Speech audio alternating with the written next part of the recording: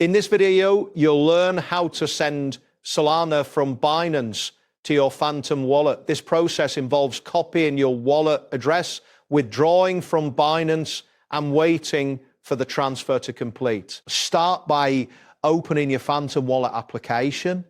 Once the application is open, locate and click the Receive button. This action will take you to a new screen where you can manage your receiving options.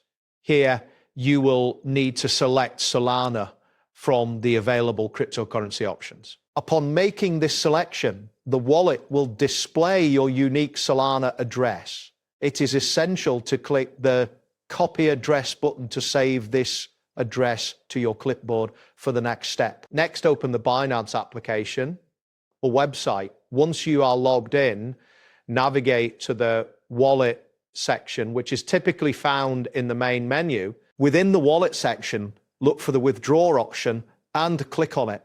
This will direct you to a page where you can initiate a withdrawal. In the withdrawal options, search for and select Solana, which is often listed as SOL. After selecting Solana, you need to paste the Phantom address you copied earlier into the appropriate field.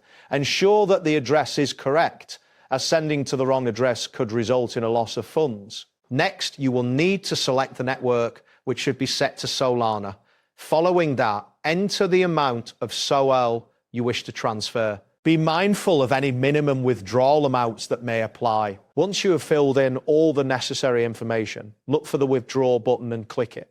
After clicking, Binance may prompt you to confirm the transaction. This confirmation usually requires you to verify via email or a one-time password. Follow the instructions provided to complete this step. After confirmation, you will receive a notification indicating that your withdrawal request has been submitted. After initiating the transfer, you will need to wait for the transaction to process.